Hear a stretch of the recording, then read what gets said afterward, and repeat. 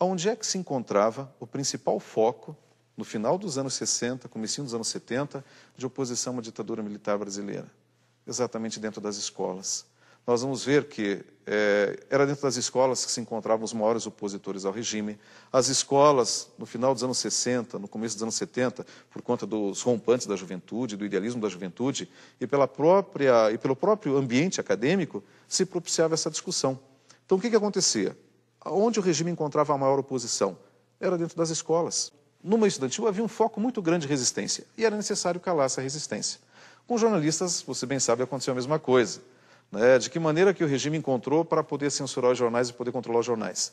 Tornou obrigatório que só pudessem falar em jornais, se manifestar em jornais, aqueles que tivessem o diploma de jornalistas, porque era para você reduzir o número de pessoas que falavam dentro dos jornais.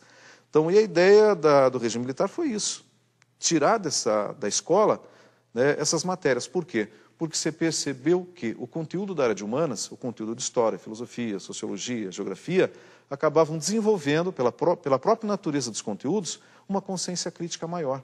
Aquele famoso velho argumento de que os professores eram um risco, e essas disciplinas eram um risco maior ainda. Porque ensinavam a pensar. Ensinavam a pensar. Então, aí você tira esses conteúdos, você trabalha com conteúdos extremamente objetivos, matemática, física, o ensino profissionalizante. Ainda você insere disciplinas como educação moral e cívica. O nome é até bonito, educação moral e cívica. Mas o que você aprendia em educação moral e cívica? Você aprendia, por exemplo, quem escreveu o hino brasileiro, quem fez a composição da música. O SPB, o nome é mais bonito ainda, Organização Social e Política Brasileira. Mas o que você aprendia no SPB? Discutia-se política, organização social? Não.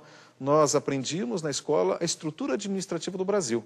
A gente aprendia que o Brasil, por exemplo, era governado pelo presidente, que era auxiliado pelos seus ministros. E que, além do presidente, haviam governos estaduais, que eram governados por governadores. Quem é o executivo, quem é o legislativo. Exato. Agora, em momento algum se discutia por que o presidente não era eleito pelo povo. Não se discutia por que não se votava para governador. Não se discutia por que isso não era permitido votar em áreas de fronteiras. Ou seja, na verdade, não se discutia política nessa matéria. Apenas se ensinava a estrutura administrativa do país. Tanto que era comum você ter professores de educação moral e cívica que ficavam exigindo dos alunos que decorassem os nomes dos ministros. Quais são as pastas, quais são os ministérios e quem é o ministro que está ocupando a pasta naquele momento. Então, a filosofia, juntamente com a sociologia e também juntamente com a história, eram disciplinas cujos conteúdos ameaçavam o status quo do regime. E essas disciplinas de OSPB e Educação Moral e Cívica não conseguiram cumprir o mesmo papel que filosofia, história e sociologia cumpriam? Não, tanto que quando houve o processo de abertura, com o fim do regime militar, quando nós tivemos a abertura, principalmente a partir de 85, o que acontece? Essas disciplinas automaticamente começam a desaparecer, porque o conteúdo delas, como eu já disse, o objetivo era esse, não era politizar o aluno, mas era exatamente o contrário, despolitizá-lo. Tirar dele conteúdos, tirar dele informações que permitissem com que ele desenvolvesse de forma autônoma um raciocínio político, um raciocínio, enfim, seu, acerca da realidade.